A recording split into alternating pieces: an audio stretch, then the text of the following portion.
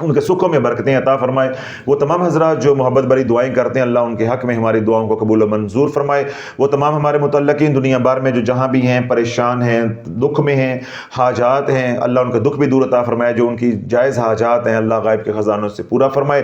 جو مانگا وہ بھی اللہ عطا فرمائے، جو نہیں مانگ سکے ہماری ضرورتیں اللہ بن مانگے عطا فرمائے۔ ربنا تقبل منا انک انت السمیع العلیم وتب علینا انک انت التواب الرحیم، وصلی اللہ تعالی علی حبیبہ خیر خلقہ محمد وعلی آلہ واصحابہ اجمعین برحمتک یا ارحم الراحمین۔